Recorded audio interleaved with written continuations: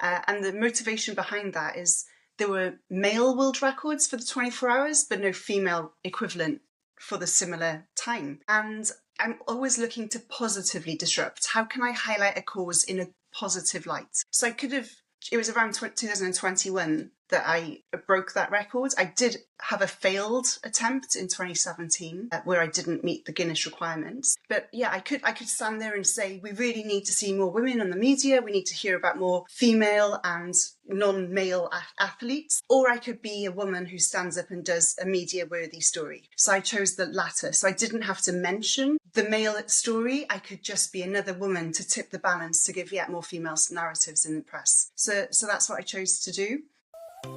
Hi, I'm Lauren Parsons. And I'm Andy Jackson, and this is the All Well Co podcast. Dive deep with us as leading experts share their unique perspectives on topics such as recovery, sleep, movement, and the latest innovations in the space.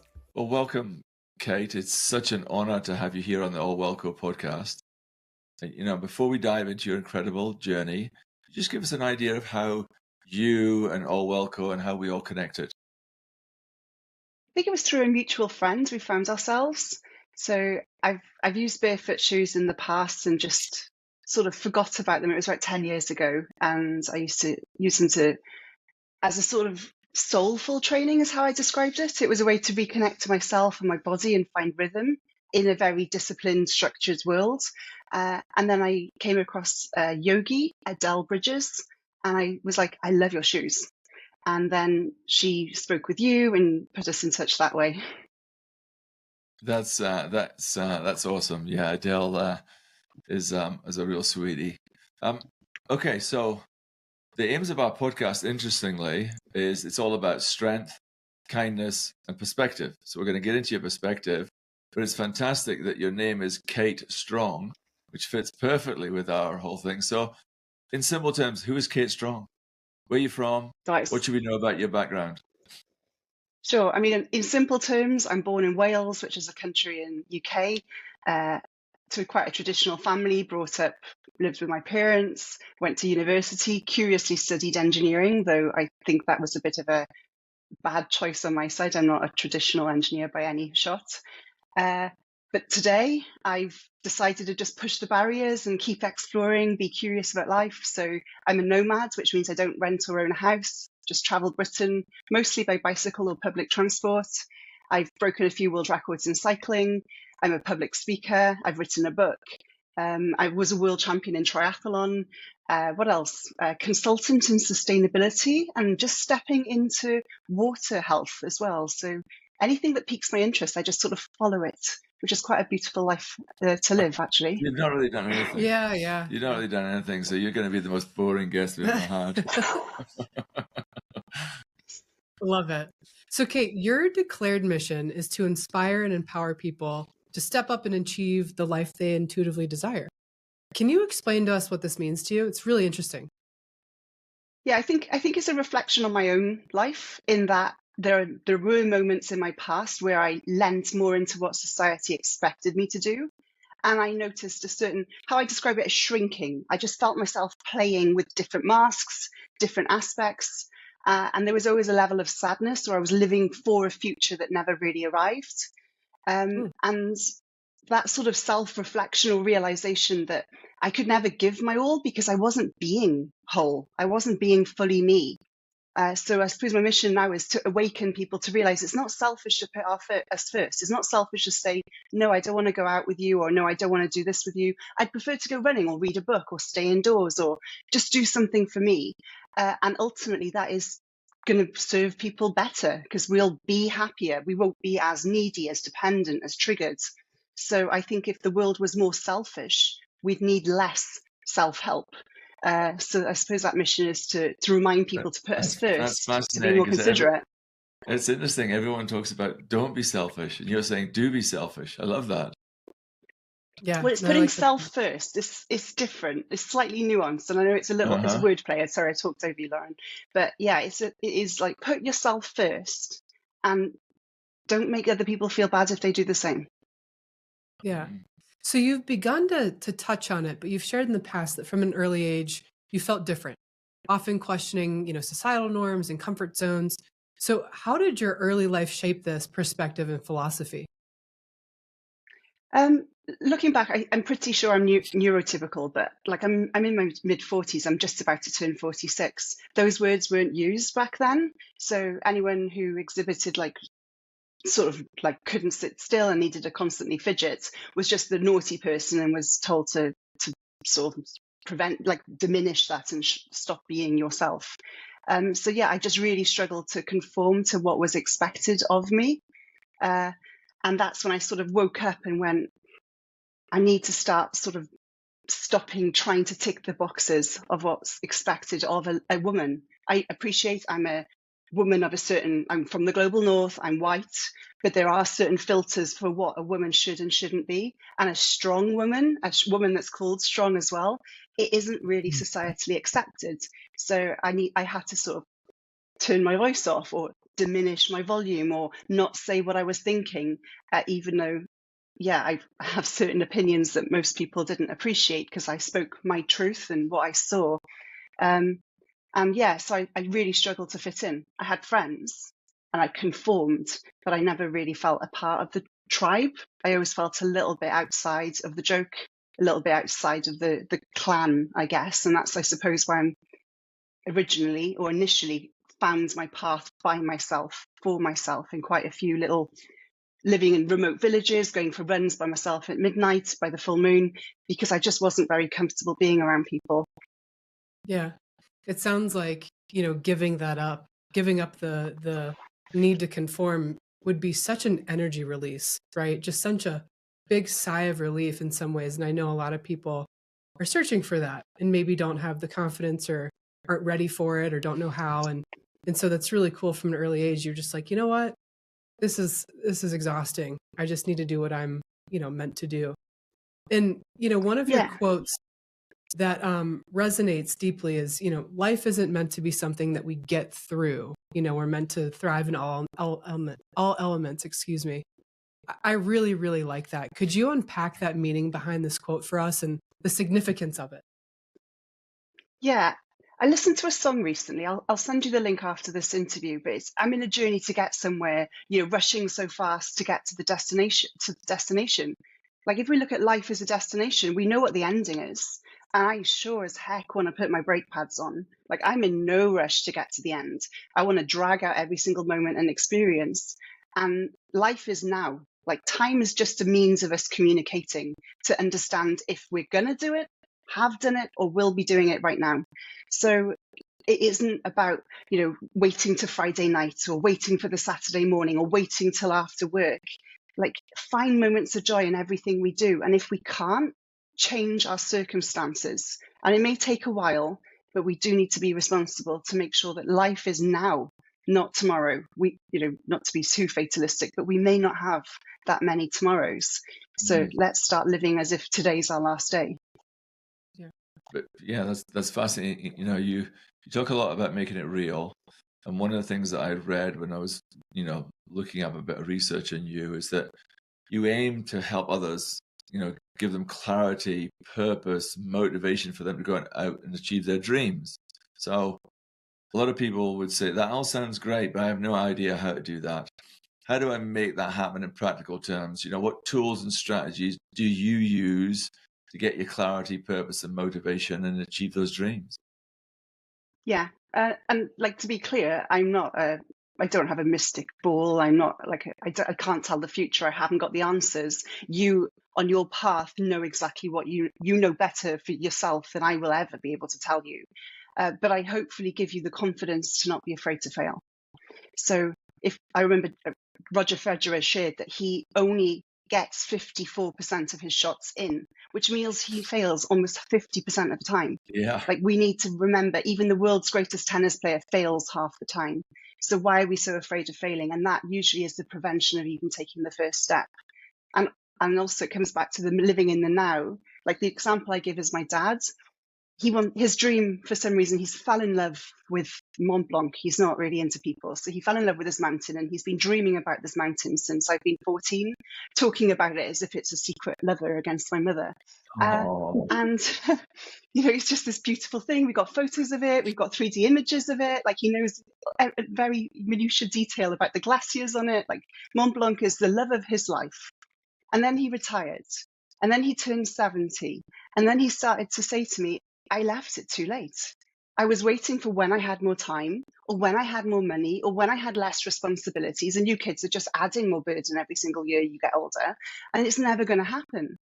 And so we sat down and said, well, like, how can we get you to the mountain? And I said, well, can you afford a flight to Morzine? And he went, yeah. And I said, well, that's the first step. Can we find a tour guide? Yes, we can. And literally every single day, that's what we did. And eventually, when he turned 71, step by step by step, because at 2:30 in the morning, when we're putting our crampons on and he's crying, saying, I don't think I can do it. What if I fail? I said, well, can you get to the door? Yes. Brilliant. That's your first step. And that's how we did it for 8 hours, step by step. And he got to the summit at 71. So we just need to not be afraid of failing and break it down to a size that we can manage. So good on my dad, really. No, that's brilliant. We actually had one of the polar expedition world record holders on our podcast, Hannah McKend. And one of the things she said is that when she takes her people to Antarctica, is they'll say, we can't go out today, there's a blizzard out there. And the way they do it in a tent is that 50 yards away or 25 meters away, they have where you go to the bathroom. And she'll say to them, well, look, can you go to the bathroom and go out? They say, yeah, we can go to the bathroom, no problem at all. Well, if you can go to the bathroom, you can walk in a blizzard. You can get out there. So it's similar philosophy, similar principle. Okay, I understand those strategies there. That's that. Take the first step. Don't worry about the fifth or eighth step. Move on to the second. Get all of that. A lot of people, and again, I read this, you talking about what you called cliff edge moments. People wait for cliff edge moments before making those life-changing decisions. So one, what is a cliff edge moment and why do you think this is? And then dive into, did you have a moment and how did that shape your life?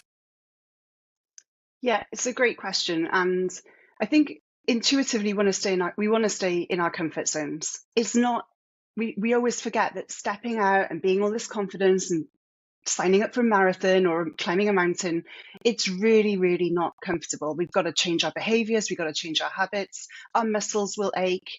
We run the risk of annoying friends where we normally see them and we have to say no. We get tired, etc., etc. So typically we'll wait till, just like my father, it's almost too late. Or the doctor sits down to us and says, we've got some bad news. And so it's those moments that jolt us and go, it's now or never. Like, I'm just about to, is my dream worth burying?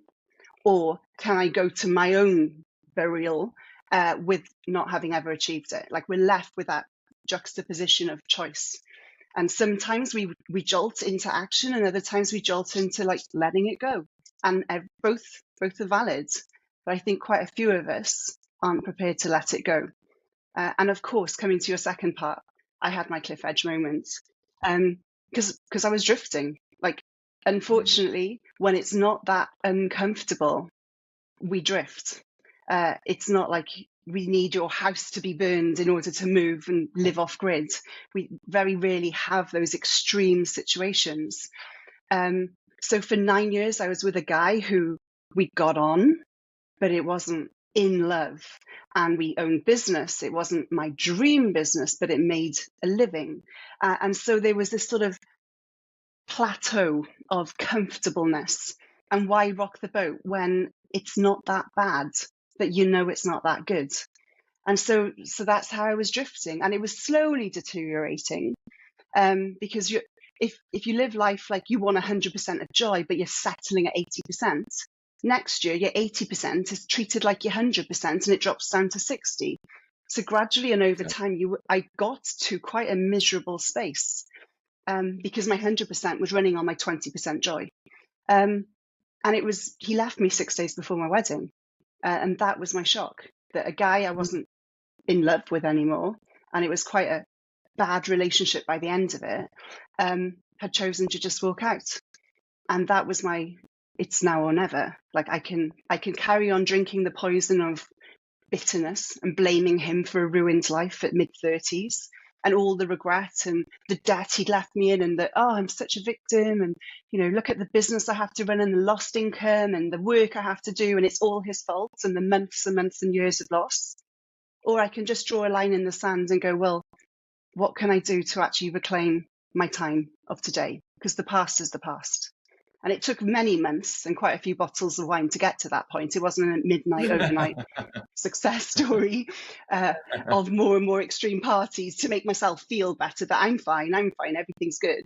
But eventually I went, everything isn't okay. I'm going to take up something for me. And that's when I fell into triathlon, because that was a dream I gave up for him, because he convinced me I wasn't good enough or I'd done enough. But it was always my dream. I'd compromised and let go because I believed him over myself. So Kate, Andy mentioned earlier, your name is Strong, and strength is a core pillar of this podcast. You're also an internationally recognized expert in behavior change and a world record holder. Can you tell us more about your records and how you achieved them? Yeah, so the world records are the furthest distance covered on a static bike, the ones you find in a gym, in 1, 12 and 24 hours. And the motivation behind that is there were male world records for the 24 hours, but no female equivalent for the similar time. And I'm always looking to positively disrupt. How can I highlight a cause in a positive light? So it was around 2021 that I broke that record. I did have a failed attempt in 2017 where I didn't meet the Guinness requirements.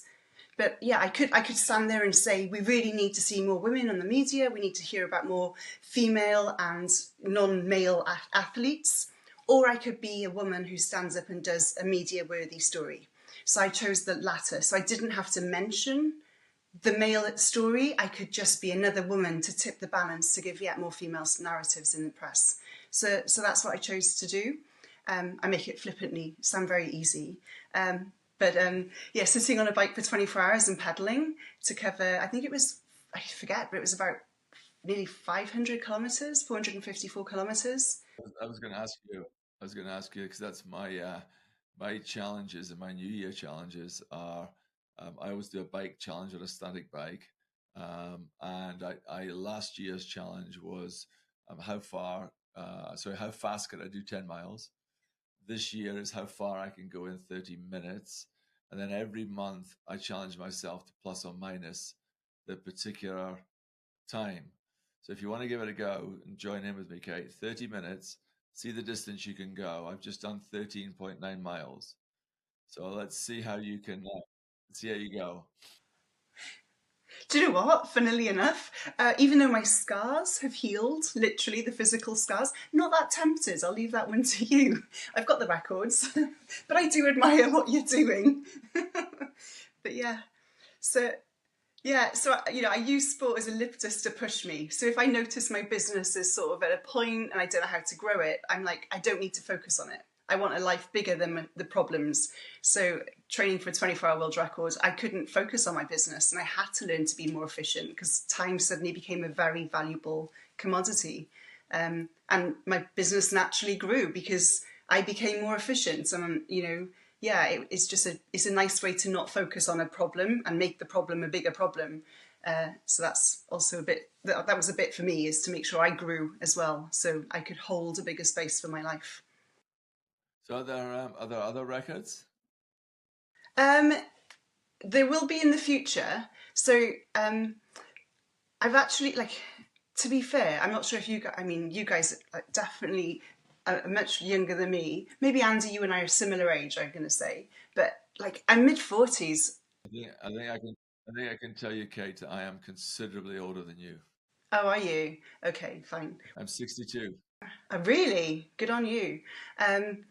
America must suit you well. I must have a much tougher life. It's Scottish blood.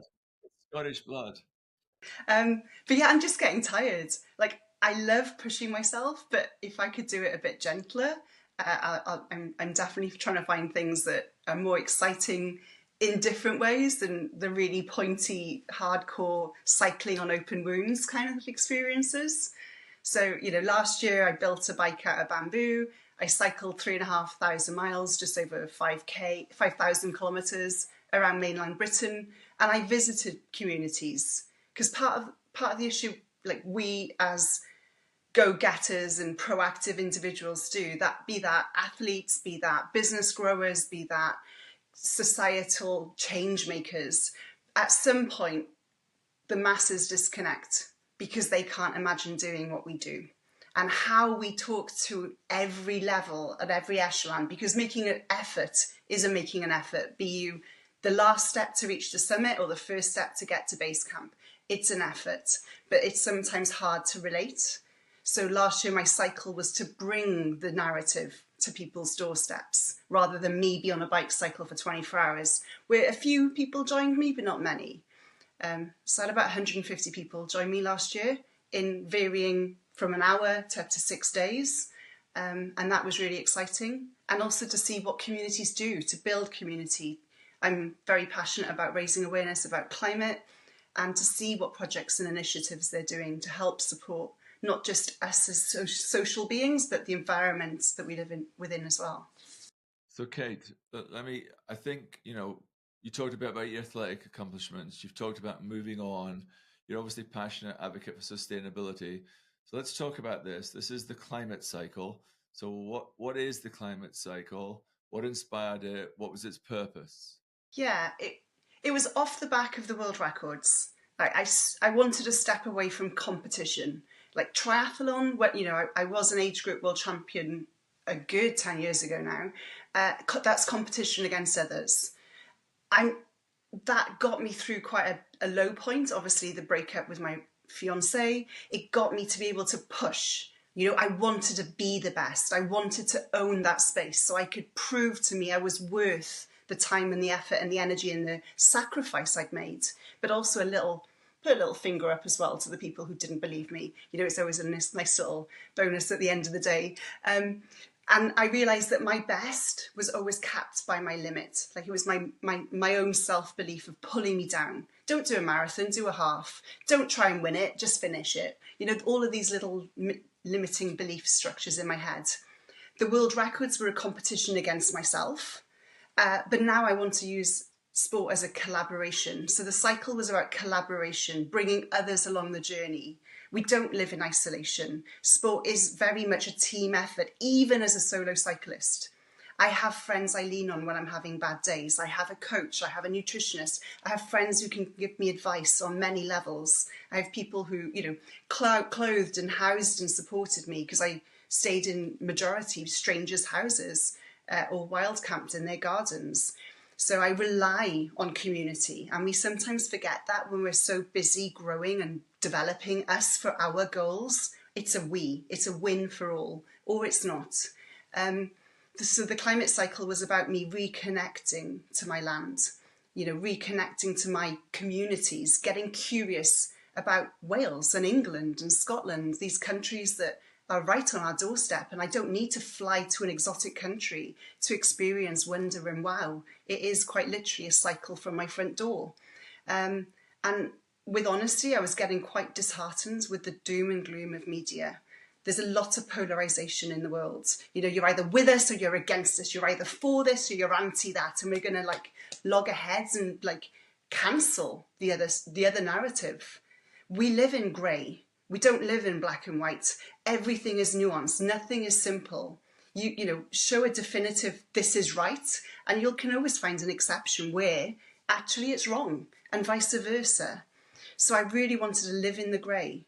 I'm plant-based. I don't have a house. I don't have children. I do things to the 1% extreme. And I know that isn't right. It's right for me, but it's not right for the many. So how can I find a space where we can not compromise our values, but work together to find that path so it isn't as lonely and as, jolting, I suppose.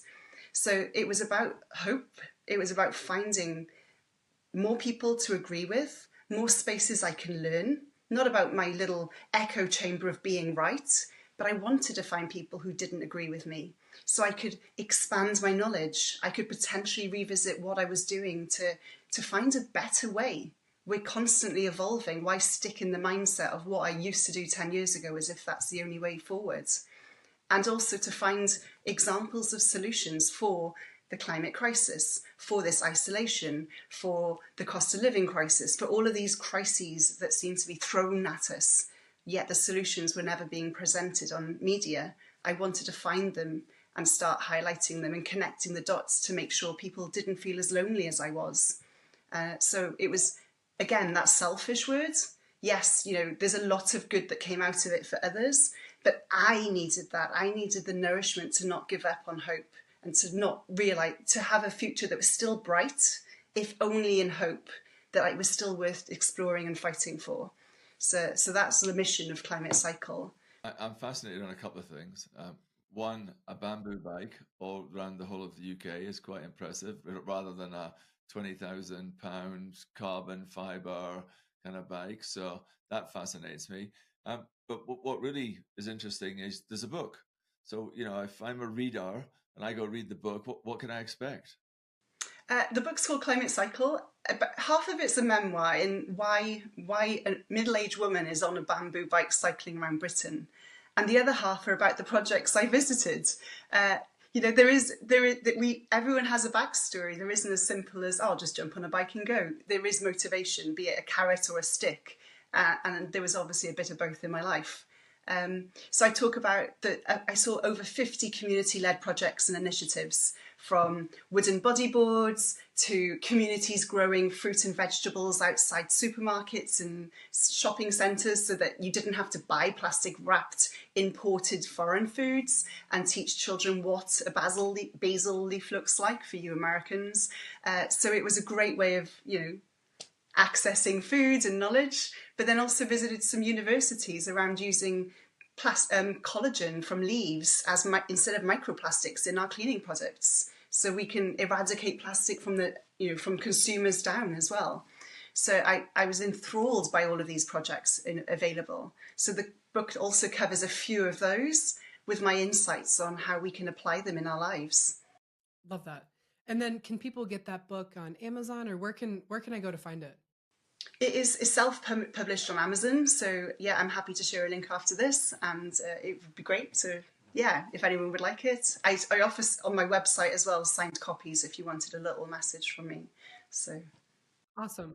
Yeah, and we'll leave the link in the show notes so people can find it as well. So you hinted at this earlier, and I'm excited to talk to you about it a little bit more. You said you have big plans for, this year, hopefully breaking another world record. I think it's the mass participation river cleanup, right? Is that the one you were hinting at? Do I have that right? Yeah, 100%. Yeah. Okay. So what is this? Where, when, how will it take place? Yeah, again, it's the evolution. Like, I could do just another competition or another cycle, but I decided to reconnect my audience. And so it's the most amount of people to clean up a river in Wales. So it's the iconic River Taff, which starts in Brecon, which is the famous national park, and it runs, the Taff route is about 68 kilometres, 40 miles, I think, to Cardiff. So we've got multiple locations along the length of the River Taff where cleanups are happening both in and out of the water. And I'm anticipating a good 1,500 people to turn up. And what is amazing is these community groups have never taken part in these type of activities before. I'm working with an asylum and refugee charity. I'm reaching out to retirement homes. I'm reaching out to mental health charities as well, so we can show what a true community looks like. It's not just people, again, like us, who are type A's, who are going to go out and do things like this, or just the nature carers, or people who get paid to do it. Community is every age, every demographic, and we need to make sure that we're seen working together, shoulder to shoulder, regardless if you're, on TV as a famous person or just arrived in the country and struggling to learn English and create a community of your own. We're in this together, so let's start working. So I'm super excited, and there is traction around that. So it's launching the national campaign for the week of the cleanups for Wales, and more rivers are saying, well, could we try and break it? I'm like, yes. Imagine every year a different river tries to break that world record. Like, wouldn't that instill a cleaner world for all? So I'm offering that as a complete blueprint. Anyone who wants to break it, crack on. I'm offering how I did it as the operations. So take it from me and break it only after I've set it, please. And so I got very excited. In answer to your question, it's happening on Friday, the 21st of March. We'll say around Cardiff in Wales, which is the capital, but there will be multiple other locations up into the valleys of Wales. Okay. And how have you gotten this traction? Because 1,500 people, that's a lot of people. Has it been just grassroots? I mean, how have you put this together? I came up with the idea because I met, until recently, a refugee and asylum seeker from Pakistan who also is a freshwater expert, so Dr. Numair Masood. And so we met sitting on the bank of on the steps of a museum in Cardiff, just chatting about, I'm very action orientated and he's very theoretical. And maybe the problem is the theory stays in the theory and the action stays in the action. So I have ignorance, but I have the traction, and he has the knowledge, but no results. So what if we could find a way to bring our worlds together? And so we just announced it. I'm very much about bringing oxygen to an idea and just hearing the feedback. And the feedback we were getting was quite positive. Keep Wales Tidy, which is a national Welsh charity, said, we're excited, can we help? Welsh Water, a charity that looks after all our water facilities, be it cleaning up our waste as well as delivering fresh water to our houses, said, we'd like to be part of that too. National Resources Wales, which is the government, also reached out. And before I knew it, I was speaking to companies and organisations and even members of our parliament that I've never met before. And I'm in my mind going, I'm just a girl who has an idea about a record. Like, why am I talking about pollution levels and how we can implement this within the school curriculum or take it to the parliament to change policy? So how I analogize it, and I'm not a mother, so I know this is a very theoretical example. I gave birth to an idea. Now, I can instill in the birth of this idea my values, but I can't tell it what to do. Like, I'm sure I've got friends who've got 2-year-olds. You can't tell them what to do. If they want to be a pilot, they're going to be a pilot. If they want to be a fireman, they're going to be a fireman. You can't then say, but what about lawyer? Or whatever. They'll do what they want to do. I have to treat my project the same. So I gave birth to it with these values of community, behavioural change, collaboration, positive impact, and then just let it go. So I'm sort of, it's taken on a world of its own that I can't imagine. But it's to my values, so I'm happy to let it flow. But I just need to sort of egoically just watch it grow away from me, and I think it will. It'll grow after the world record. It won't be mine anymore, but that's okay because the impact is created and the world, albeit the ripples, small-wise, will have been created, and I'm happy for that reason. So just let it be. Love that. So we might have listeners, I'm sure we will, that will want to get involved. So how could they get involved? You mentioned the date, but maybe this event and just protecting rivers overall. Yeah, so the world records, it's absolutely free to participate for individuals. I want to make sure there's zero barriers. So on my website, katestrong.global/TAF-Tidy, which is the name of the river, you can register for free there, and then I'll send you some details about where to meet and how to actually take part. We have a big legacy piece as well. So I am working with large international companies to write an open letter to the government to pledge their voice towards cleaner rivers. I'm also creating and developing a school curriculum that will be launched in secondary schools.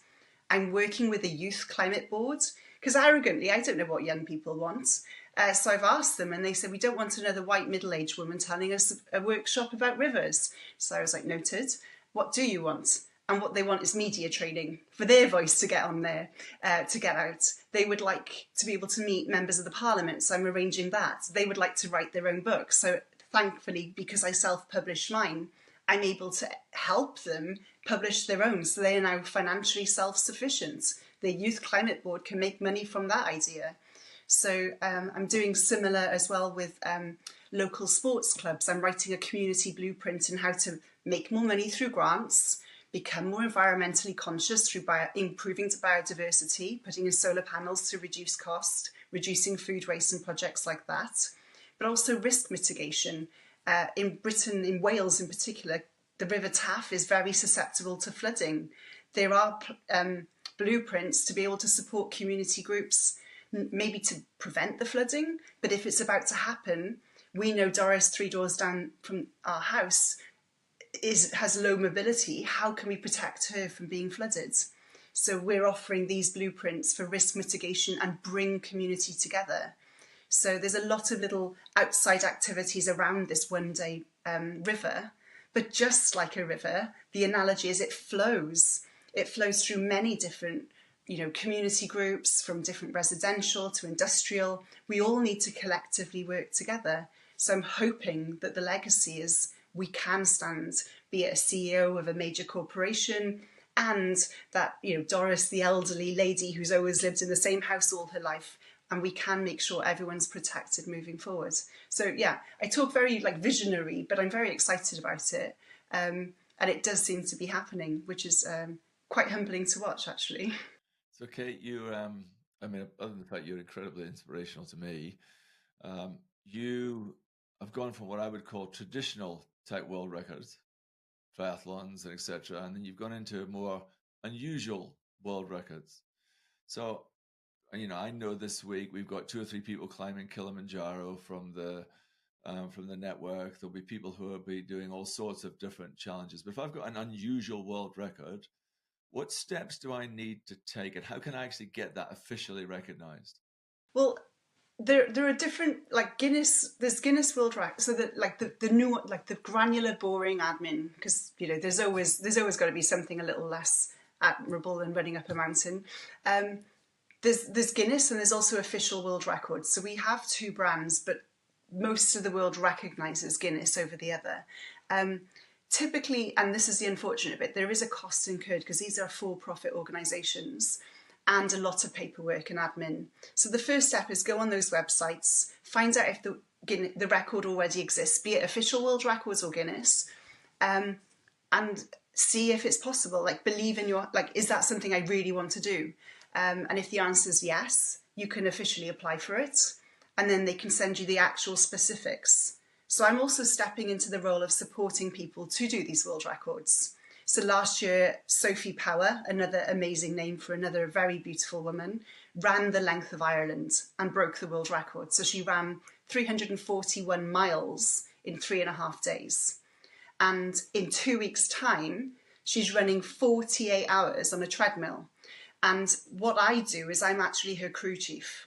So I'm behind her all through every single night, either on a bicycle to make sure she doesn't get hit by passing traffic, or in the treadmill, I'll make sure that she's fed and watered and she's stable and supported.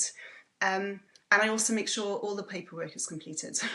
So it's an hour by hour tick box exercise. So do that stuff. Then create your training plan and start building community. It's surprising how many people, when we rise, when we shine, people want to be part of that because we have to elevate in our own lives too. I love supporting Sophie. Yes, it's a nightmare not sleeping for 3 days, but I feel so much more alive afterwards. Suddenly my dreams don't seem as intimidating or big, and I start to get a bit bolder in what I'm thinking too. So start building a tribe of supporters, and they can help us, because we will fall. We will doubt, we will struggle, we will have those days where we're going to give up, and we will fall off the wagon or the training or whatever, and the net will be closer, and they can get you back up and back on your journey quicker. So Kate, as we wrap up today, we love to ask this one final question. Our podcast has 3 pillars: strength, kindness, and perspective. You've shown a lot of strength with all of your world records and the things that you're passionate about and interested in. Perspective, it's really neat to hear from you. And then so kindness is something that we want to ask you in this final question. Is there a person who embodies these values for you, or someone that has influenced you to inspire your journey? I don't have many role models, because I find when I put people on pedestals, I'm setting them up for failure. So my goal is to find gold in every person that I meet, because I think we all embody those values at varying degrees in our life.